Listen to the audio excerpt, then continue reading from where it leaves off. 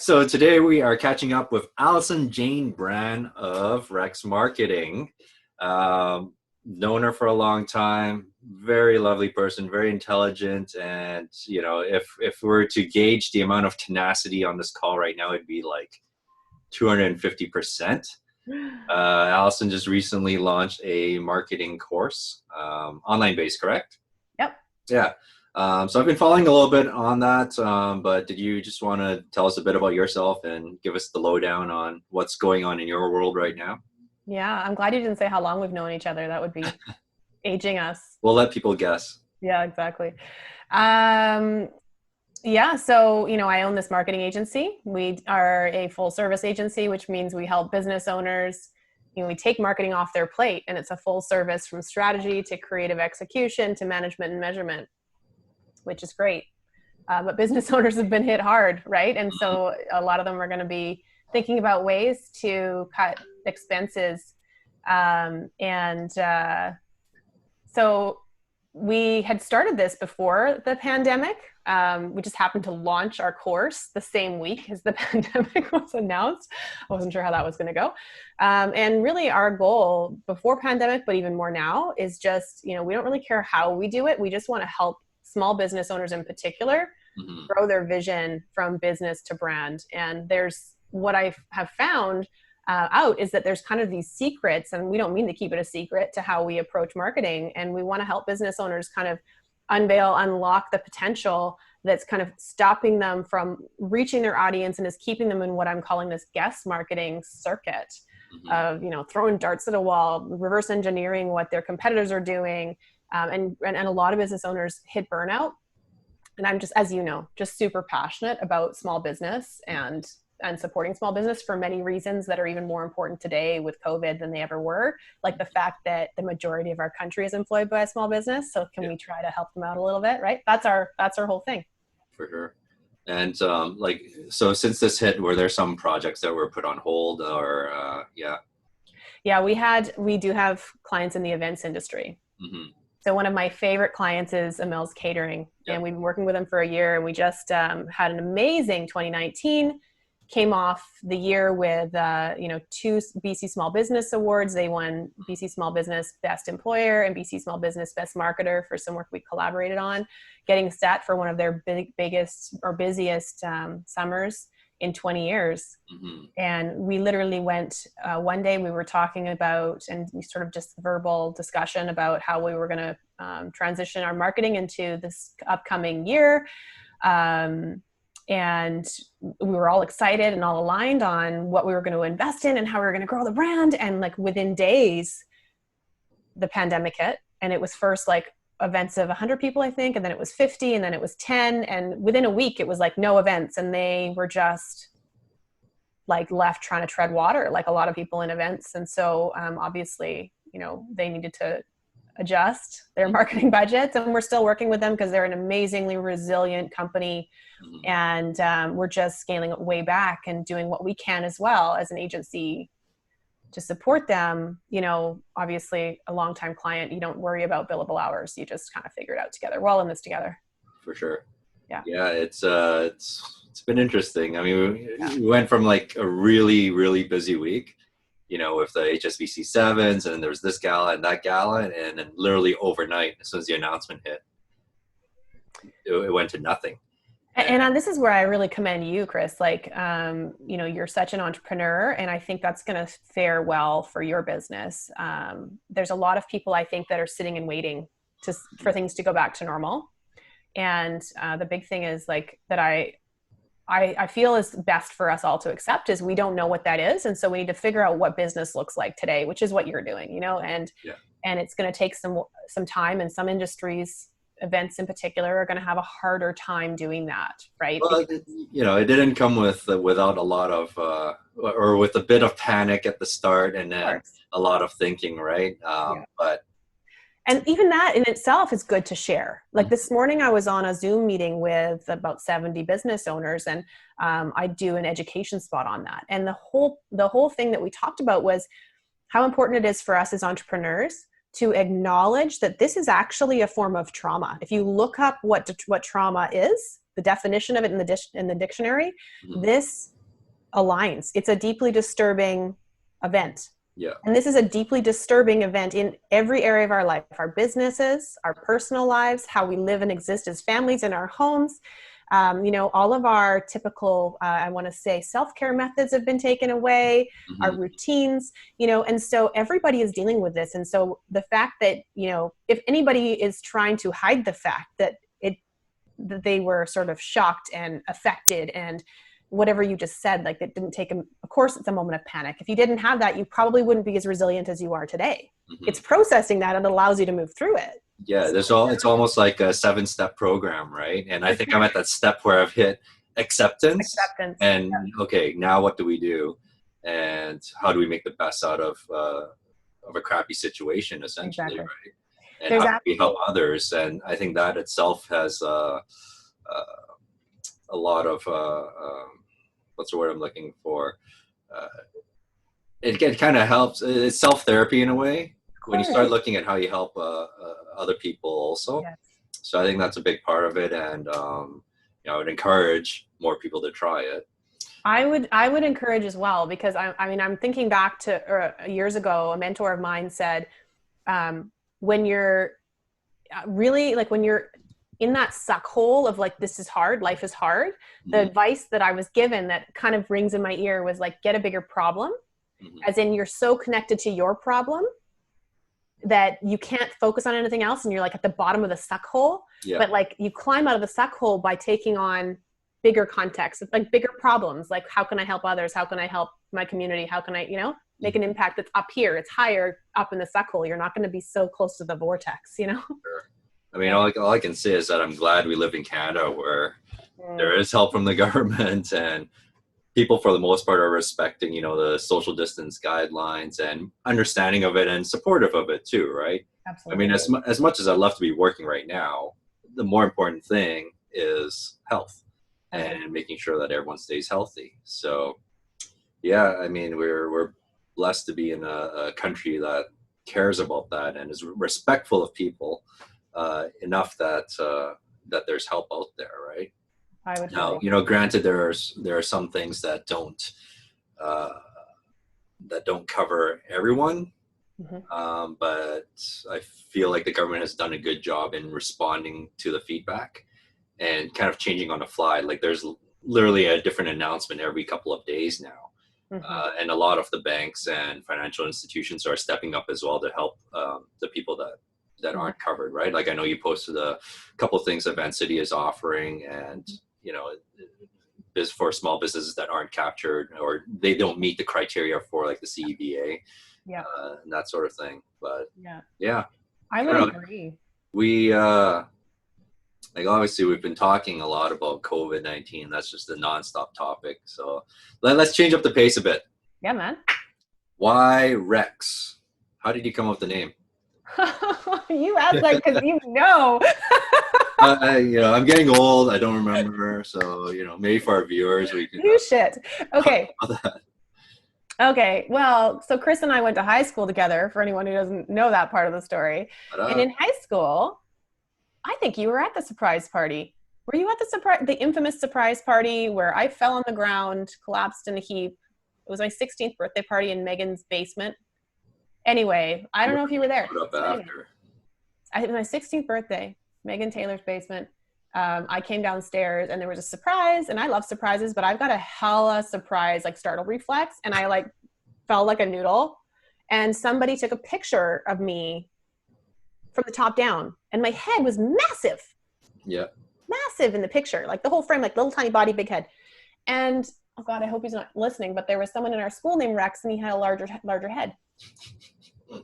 And everyone's like, your head's as big as Rex. And then people called me Rex, and it just never went away. And I don't even know if I told you this, Chris, but like, as a young girl in high school who plays a lot of sports, who's 6 feet tall, who has a hard time, because she's always feeling a little bit masculine next to the boys that are still growing into their bodies. I was like, I don't want to be Rex. I don't want to be the butch, Yeah. I want to be a girly girl. I hated it so much, but you can't let them see you sweat. So I just kind of like, dealt with it. And then how it became my company name was just random. I just know, like, I knew a couple of things about marketing and branding when I first started my business. And one of the things I knew was one syllable was good and the K sound was good. So anything like Kleenex, Nike, Coca-Cola, you don't have to use the K, you just have to use the sound. So Rex was good. It's just for some reason phonetically it hits the ear. And for me, it just turned into this sort of symbol of recreation, of rebirth, of rebranding something that you don't like and turning it into your opportunity. Yeah. So that's really what it turned into for me. See, even I didn't know the whole story behind it. But yeah, I mean, you look at the process of it being something you hated to, now you own it, right? Absolutely. That's the thing. Isn't that the freaking entrepreneur's journey? Like, you gotta, if it doesn't have to be fair, but you have to own it. Yeah. No, that's how we survive. That's how we thrive, right? There you go. Rex. Yeah. Awesome. It's funny because Megan, our common friend, the one that did the surprise party and I think snapped the infamous picture, she laughs every time she sees my company name come up. Yeah. Snicker. Because it kind of became your nickname too, right? For a little bit, like during sports and stuff. She still calls me that. Yeah. She's like, "Hey Rex," like she's the only one that still does. But yeah, like I remember walking down Jock Hall. That's what best friends in high school is for, right? Absolutely. Yeah. No, I'm forever Rex in her mind, and yeah, to probably a lot of boys we graduated with, Rex or AC or something manly. See, I always just called you Allie. So actually today I was going to pull out your grade 9 school picture. Oh God. Pop it on the call. Is that the one with the choker? Yeah, that's the choker one. That's epic. But then people can see, pretty much no change. Well, I mean, there's change, but I mean, look at you now, right? Oh, wow. Thanks, man. That's, of all my school pictures, I feel like you'd be doing me a favor by choosing that one. I think there's a few that are pretty horrific. Grade 8 was good, wasn't it? I don't remember anymore. I'm grade 8. West Coast. I'm remembering a plaid shirt, maybe. Probably. Oh, that was epic. 90s grunge, right? Mm-hmm. Other fun questions. What's on your isolation music playlist? Oh my gosh, that's a great question. I strangely have been so I've been using Spotify, and my millennial team, everyone on my team is in their 20s pretty much, and they've been randomly getting me in, different music. But this one actually isn't from them. I have to look it up. What's it called? Can I look it up and tell you? Yeah, go for it. Okay, what is it? Because I love it. It's probably not new to anybody else, but it was newish to me. Jungle. Jungle? Do you know them? Like drum and bass? It's not. It's a band. Or no, actual band called Jungle. Yeah, it's. Oh, okay. So that was a recommendation from your millennial employees? Yeah, that one. Well, that one actually, yeah. I think what it was is it gave me cool points. I went to the office one day and people were choosing music, and I was like, "Try this." Mm-hmm. This is just pre-pandemic, and they were like, "Oh, you like Jungle?" One of them was, at least, like the real music connoisseur. He was like, "You like this?" I'm like, "Yeah." You're cool. I'm like, "Thanks." Sometimes I'm office mom, so I felt kind of cool. There you go. Mm-hmm. Well, I mean, I've been playing with Spotify recently as well, and then you know how it asks you to choose kind of like, do you like this artist, that artist, and then it creates a playlist for you. Yeah. So it's created this very 90s, late 80s to 90s hip hop playlist for me. So I've been listening to a lot of that. Can you share? I don't know. Can you share that? Like, could you share your playlist with me? Probably. I would love to hear it because I feel like I'm missing out. That's one of the things is like, I want my music sometimes, like my decades. Yeah. I'd love to hear it. No, it's been putting a lot of like House of Pain on there too. And I'm just like, every time I listen to that music, I just remember like the school dances and stuff. Yeah. Oh, I'm right back at Teen Skate at Karen Magnuson Arena when you hear House of Pain. Oh, geez. Everyone trying to do, what was the, oh yeah, I don't know. I can't remember the lyrics. I've lost it, but there's that one. That one was played. I remember vividly. Jump around over and over again. Is that what it is? Yeah. Yeah. Oh my God. Teen Skate. Oh my goodness. Remember? Yeah. Heck, I remember when they installed the wave pool at that rec center. That's right. That was a big deal. Mm-hmm. No, I spent a lot of time there. Hockey practices, games. Yeah. Yeah. I wish I was back in North Van sometimes, but I know. I miss it. It's a good There's a place. lot. There's a lot of filming going on there too. Well, actually, there's a lot of filming going on in Tri-Cities now as well. Well, Is not right now, but Yeah, yeah. up until the pandemic. Yeah. Is there? What are they filming? Like TV shows? Stuff like Riverdale. I think as far as like the DC shows go, like Flash and Green Arrow and all that, that was all done mostly downtown. Mm. But I see like even just around the studio at Rocky Point Park and stuff, like Mm. there's some filming going on all the time. Yeah. Yeah. That's good. Hopefully that'll come back. There is a show filmed locally called A Million Little, is it A Million Little Things? A million little I things. really like. And it's filmed in Vancouver, and I've seen North Van pop up. I mean, I see everywhere, like Yaletown, downtown, whatever, but I've seen North Van pop up. I think I saw Rocky Point once, but I can't be sure. Mm.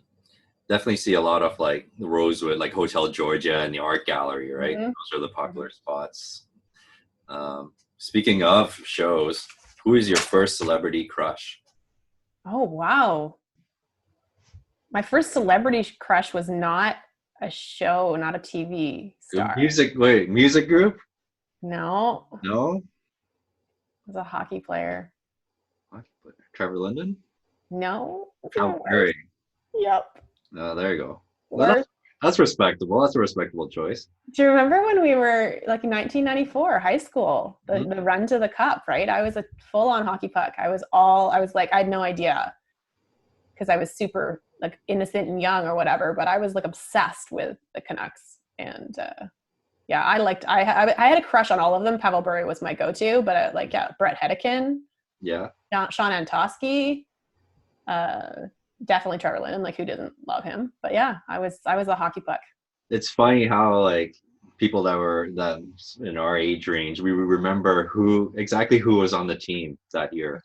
For Right. sure. And then for the final game, it was in New York, but they showed it on big screen at the PNE Pacific Coliseum. or the Coliseum. And we all took a bus from North Van down to go watch it. Yeah. And were we on the same bus? I don't remember. I don't know. I don't remember the bus ride. I remember walking outside and seeing the cop car on fire. Right. No, you weren't on the bus, but I was actually kicked off the bus on the way there. Now, were you in trouble, or were you just with the people in trouble? I was 100% innocent.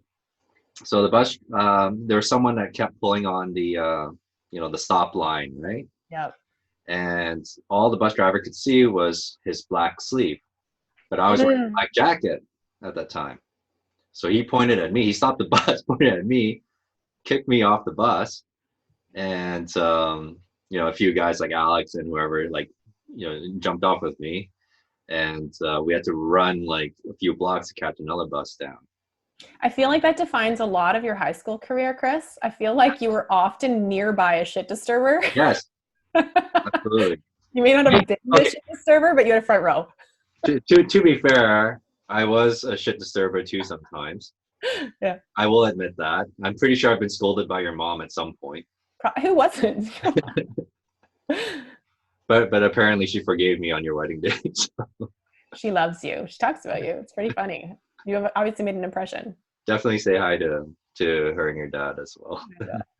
So who's been doing most of the cooking, or has it been Definitely pretty? my husband. Yeah. Yeah. I'll say this, like, it's not to put him down. Like, if it's healthy, it's me. But if it's like, oftentimes he's doing it. Like, if I cook, it's going to be roast vegetables and proteins and whatever. And he'll do a lot of like pasta or hot dogs, whatever the kids want. Yeah. And I don't blame him. At the end of the day, he's had the kids all day and he's trying to teach the kids and he's trying to do the yard work and whatever with the kids. I'd probably give him a hot dog too. Mm-hmm, mm-hmm. Yeah. So, like, what would be like your comfort food then? Your go-to comfort food? Okay, well, there's Bailey's in this coffee. So if you want to know what my comfort is, it's Bailey's in my comfort drink. Yeah. Oh God, comfort food. I'm a carb junkie. Yeah. I think I've put on about 5 pounds of the COVID-19 right now. Oh, please. But that's okay. You can afford it. It's all good. Well, it comes and goes. I know exactly what to do about it. So when I feel like it, I'll stop in my face. Yeah, I just, I kind of haven't been worried about it because it's been a high stress situation and I'm not overeating, but I'm enjoying what I like. Mm-hmm.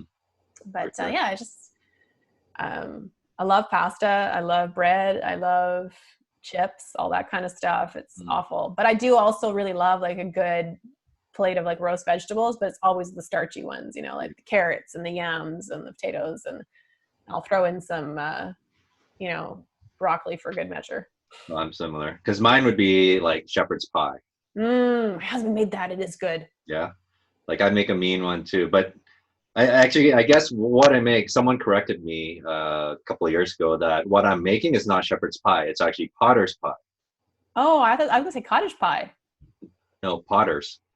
because my husband looked up. Did you make it with beef? I make it with ground beef and then mixed veg and mashed potato, and then I bake it after. But apparently it's potter's pie because there's no gravy in it. Oh, so I'm learning. You're teaching me something because So here's another fun fact. I know a lot about shepherd's pie apparently, but here's another fun fact. Uh, in French, it's called pâté chinois. pâté chinois. Yeah, Chinois. What does chinois meaning? I forget. Chinese.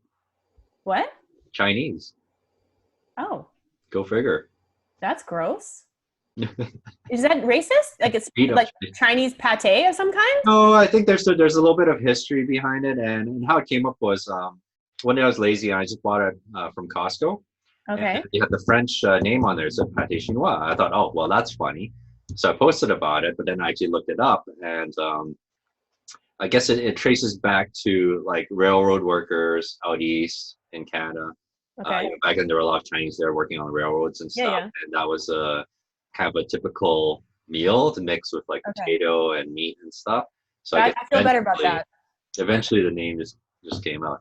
But That- no, I, there's no chopped up Chinese. that's what I thought. It was like kind of like okay. Whew. Well, so what I had learned about shepherd's pie is that shepherd's pie is made with lamb. Ah, yes. And so if you make it with beef, Mhm. it's cottage pie. And now I don't know this gravy element. You've thrown something else into the mix for me. I have to look that up. And I don't know if my husband uses gravy, but he's so funny because he'll be like, he's very precise with his language. Mhm. So he'll like, you know, make some, if he makes a shepherd's pie, cottage pie, whatever, he'll make some for his parents right now. And like, we'll send it over and they're like, thanks for the shepherd's pie. It's like, it's cottage pie. Like, okay. I don't know. You have to say the correct name. Damn it. Exactly. It's very precise. What's going to go on the next little while? So your course, it was sold out, right? It was a very Yeah. successful launch. So congrats on that. Thank you. Yeah, we got 12 students. I was going for 10. We Mhm. got 12. Now, is it with the recorded material or it's live Yeah. components as well? So this is my inaugural launch, my first cohort, and it's live on Zoom once a week. Mhm. And I record the session so that every student gets the session to review whenever they need into the future, whatever. Mhm. And then there's assets and workbooks and materials to go through. But for me, this was the opportunity to deliver it live because then I can hear the questions. And one of the things I talk about oftentimes in branding or marketing is like your experience is your blind spot, right? So you know so much about photography when you're trying to explain something to somebody, they might not quite get it and you don't know, right? It's the same thing for me with teaching marketing. So this first cohort is being done live so I can really make sure I understand the state of the learner. And then I will turn it into pre-recorded content and package it up. And it'll be a, learn at your own pace type course. But I'm even thinking about maintaining or retaining the live coached one because a lot of people love that accountability to push them through. So I might have different versions of it. We'll see. It's based on what people need. I'm really just driven by like what is going to help the small business owner right now. And if they can't afford an agency at all, if we can help them with some education, how do they need that to be packaged? Mm-hmm. No, that's awesome. And then, so how many how many people have enrolled for it then? I have a waiting list Yeah. right now because I've been doing some free education online just to help during this time. And like, oh, can I take your course? And I'm like, well, I don't have another one slated yet. So I've got a waiting list right now that would sell at a second cohort. I might do that. Mm-hmm. I was thinking actually about whether or not I sort of dovetail them, start one now. Right. As I'm finishing the second one or the first one. It's a 12-week course and we're coming up to week 6. So we're almost halfway there. I should sign up. Yeah, man, I'd love to have you. I mean, you would kill it just because you're a natural, like I said, entrepreneur, marketer. Really What do you consistent. mean I would kill it? Are there tests and exams? No, meaning like you would use it. Like you would really leverage it. Like you have a leg up. I think there's a lot of people who need to learn some really basic fundamentals about marketing and communications that you already know. And so you're just one step further in being able to action it. Like some students you're just learning some foundational stuff, which is no problem. Like that's the whole point of having this course and having the recorded content is what I'm teaching is it's a process that you can go back to.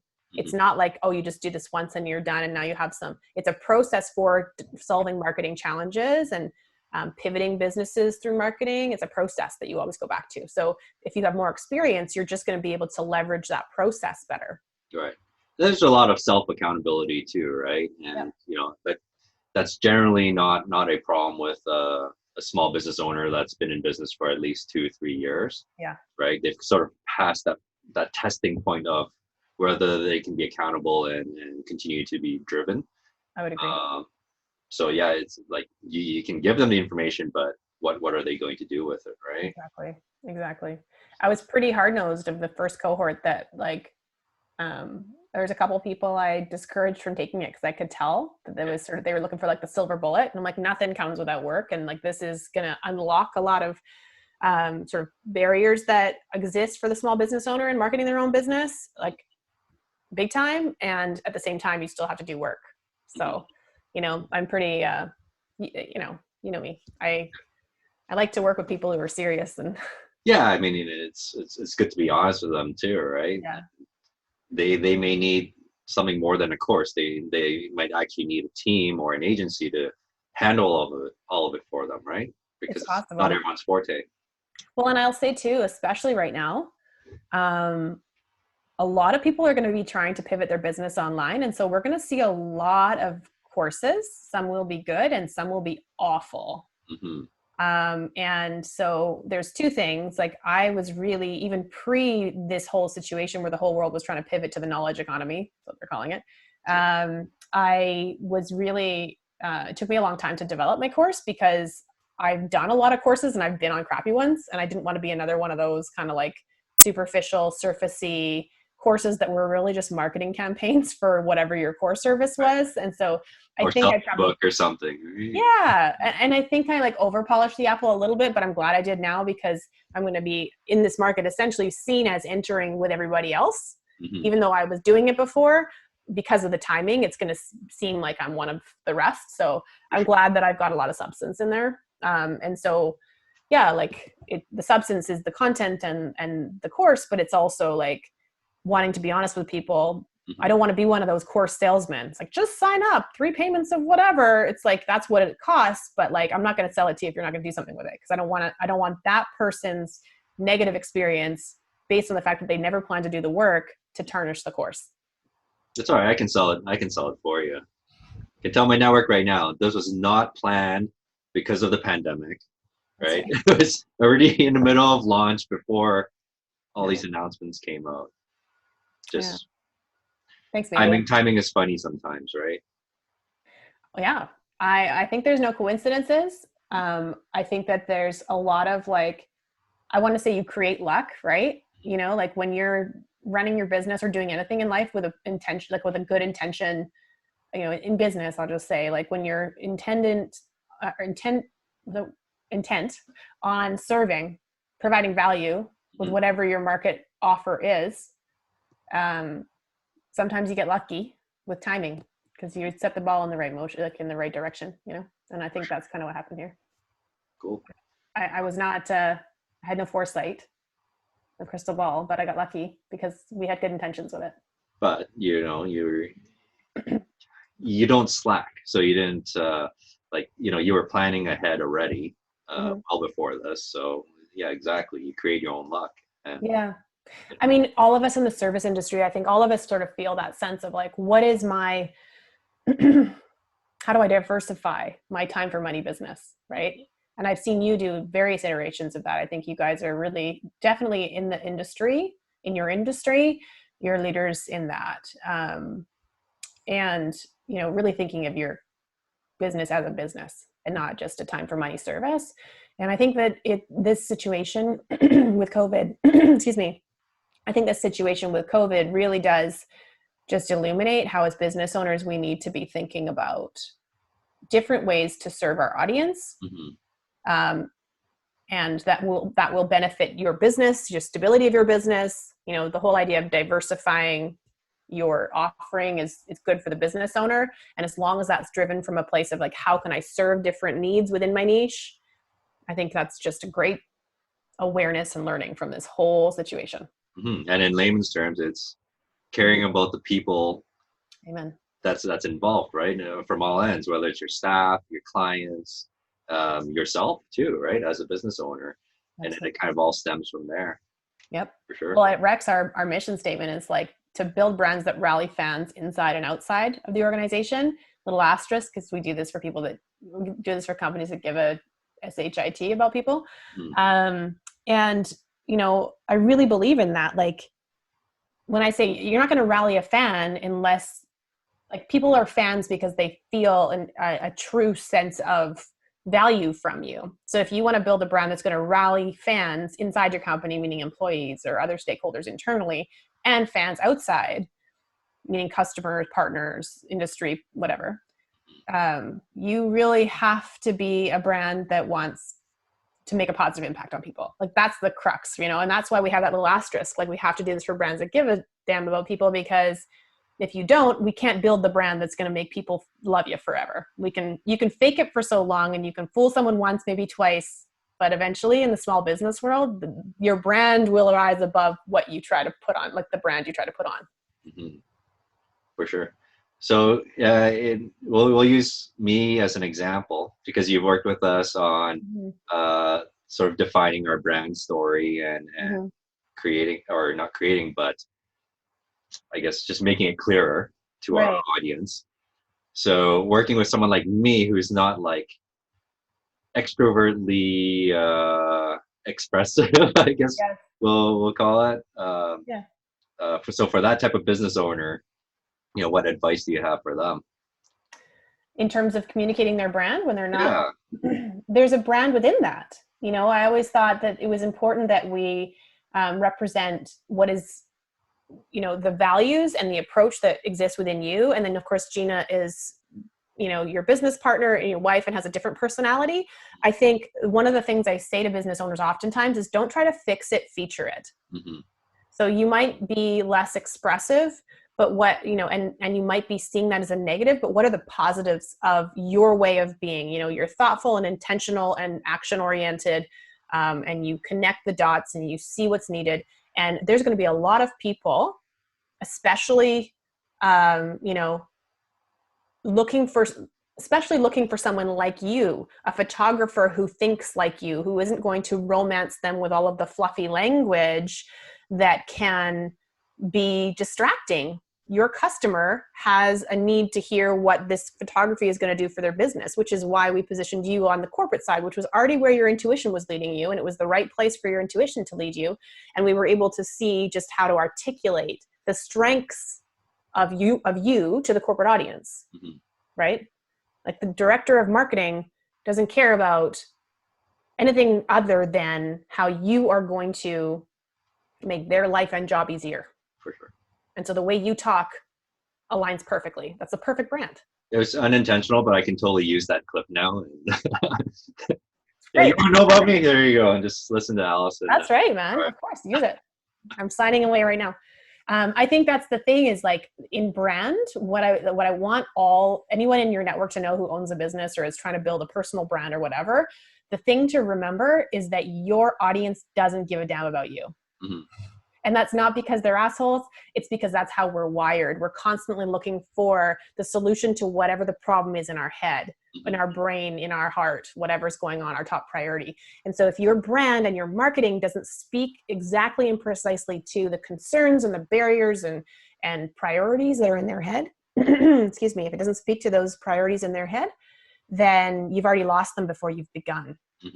And so that's why, when we're seeing a lot of small businesses, especially in the event wedding industry, have that challenge right now, right? Just like, Mhm. in the ongoing Facebook post earlier Right. today, Yeah. with that example. And, it's a tough situation. And, people tend to have this group or this mob mentality Yeah. and start trashing a small business, based on one interaction with one client, right? Yes. Yes. Yeah. It's so difficult. It's definitely hot water a little bit for businesses. Like a lot of our clients, the work that we're doing for them is not like brand strategy, but it's communication response strategy, right? Because here's the thing. When there's a problem that affects people's lives, the first response is shock. Hmm. And oftentimes it's like this sense of, well, at least we're all in this together. So it can create this sort of an immediate sense of unity. And then what happens is, you feel together in it, but you're like, wait, there's still a problem. And then so now people start to look for something to blame. So the first thing we blame is the virus. The second thing we blame is the government. The third thing we're going to blame when we still aren't resolved with all of this unrest is going to be whomever we can find to point a finger at. So if you can't get your deposit back from a company, Hmm. and that even if that deposit has already been spent on work they've done for you, you're going to try to find somebody to blame in this. Hmm. If you've lost the chance to do your wedding, you're going to blame somebody because you're so angry and hurt. Yeah. And so, as a small business, it's very easy to get caught in the crossfire. Hmm. I feel very protective of small businesses because I see it happening to my clients. And so I try to be a voice to encourage people to consider before they start lambasting the small business community, because, and the message I have for the general population is like, listen, 98% of your jobs in this province are created by those small businesses. So don't try to take them out. Yeah. Like, if they're being ill toward, if they're being immoral, if they're not doing the right thing, it's okay to have an opinion about that. But there's a lot of really good businesses that are getting slammed just because somebody's having a personal bout of fear and anger. Hmm.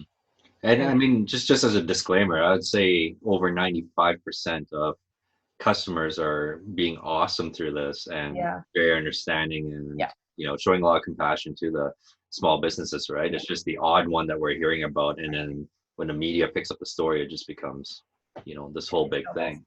And I would absolutely agree. And I've had clients in our world. We have two who were in the sort of events and food and beverage world, Hmm. the worst like hit, right? And they were so concerned about letting us down when Hmm. they called us to say, they were kind of like, well, can we just trim this, trim that? And I was like, no, you're going to cancel it because it makes no money for you to spend any money. Like, doesn't make any sense for you to spend that money with us right now. And they're like, are you sure?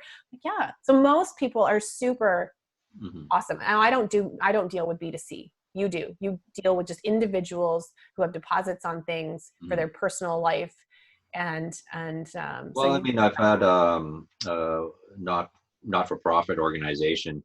They do a couple of big events every year, and it was just about time for them to pay the deposit when all of this hit, right? yeah, And you know, because we don't know what's going to happen with events, even in the fall or winter of this year, I said to them straight up, like, look, I'm not going to force you to pay this. Like, we really don't know what's going on. But if you do, and even if it's like a reduced amount, it would really help us in just maintaining, our studio space and all of our fixed costs for the next few months, right? mhm, But ultimately, I'm leaving it up to you, and there's no pressure on anything. And I guess they brought it back. Uh, they brought it back to a couple board. people to talk about, and yeah, they ended up just paying what was originally owed and That's just saying, awesome. we'll figure it out. It's acts like that that's really helping us maintain right now. And I'm gonna be super appreciative of it, and Yeah. yeah, they'll be taken care of for sure. And Uh, I think the thing that really like that is awesome. And I think that the bow to tie that all together is that, when an individual or a company or a nonprofit or whomever decides to invest in a small business that really has shown itself to be viable and has stuck around for a long time, right? Like they're a great company and contribution to our economy. You're contributing to our economy. You're contributing to our comeback. You're contributing to somebody keeping a job. So mhm. they're not going to the government to draw more. Like, that's one of my key priorities is to keep my team employed, not just because like number one, I love them and I don't want them to have to go through the turmoil of cutting their income in half, right? But I also want to do whatever I can in this crazy situation that is like, it's like someone took the plug out of the tub and all the money is going down it, you know, in our economy right now, in our government. And I recognize that money doesn't just come from nowhere. So we're all on the hook for whatever assistance we get. So I'm doing whatever I can to keep a viable business going, to keep my team employed, because that's 5 less people who are going to the government for a handout. For sure. Right? So thanks to whomever has that foresight in our customer database, consumer, business, whatever, if you have that ability, thanks for believing in our ability to stick around after this, because we're all pivoting and we'll figure this out. And sometimes a little bit of runway is the difference. 100%. Thanks so much for doing this. And thanks for inviting me. I hope we can do it again soon. Well, hopefully it's in person next time. But, you know, if this goes on, then happy to do it virtually. So why don't we tell everyone, how can they find you? Lots of ways. So we are at Start With Rex on every channel, like Instagram, Facebook. I think Twitter might be that as well. Anyway, but Instagram and Facebook are our main. Anyways, LinkedIn? LinkedIn, yep. And I also have my own channel for small businesses. And I do a lot of content and sharing and kind of free, whatever I can. And my handles for that across the board are at Allison with 2 L's, J Bran. Perfect. Yeah. Yeah, we'll have it scrolling on the bottom or top or something. Thanks, man. My website is also startwithrex.com for the company. Startwithrex.com. All right. So make sure you contact her. She is awesome. Her team is awesome. And we can't wait for the grand opening at the office, the delayed grand opening. Yeah. But yeah. Thanks, Chris. What should we end with here? Fun fact from high school. You got one? Oh, about you? Dig through the archives. Either or. I'm going to do you. So did you know that you made me my first mix CD? Nice. What was on there? Do you even remember? I remember there was some Mariah Carey on there. Okay. Yeah. If it was Mariah Carey, it would have been Fantasy with Older Bastard. Yep, that was on there. I remember that for sure. I wish if I found my I'm actually in the storeroom of my house right now, and I can see right now the box that has all my old CDs. I'm going to see if I can find it later. Would it have been a CD? It would have been a mixtape. No, it was a CD. Really? Yep. Yep. I think it was in grade 9.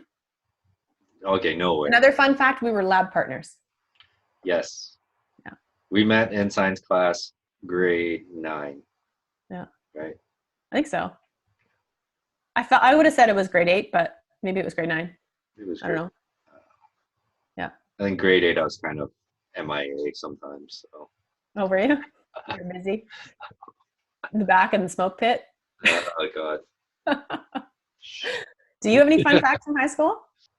Okay, so Allison had 3 good friends, from elementary school, and you guys lived in the same area and stuff. So the guys did give you guys a group name. Oh, really? Yeah. Do you remember what it was? No. Did I ever know? Okay, so just think of the TV shows back then. So you had like 90210, Melrose Place, but we coined a name for your group, Models Inc. Are you serious? I feel like I would have liked that if I knew that. I know, it was Models Inc. because we knew Allison was a model, aspiring model back then, and yeah.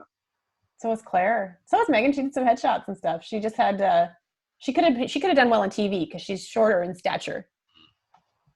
Oh my gosh! And I remember that show. I'll have to find a rerun. I don't even remember the show at all, but for some reason I remember that. I remember like one scene from the show. It's a ridiculous random scene. I'm gonna look it up and see if I can find it again. I'll take that. I'll let you go because I know you got a bunch of meetings now still, but yeah, again, let's do this again soon. And it's so good chatting with you. You too, Chris. Virtual hug. Yeah, I love you, man. Okay. Okay, take care. You too. Bye.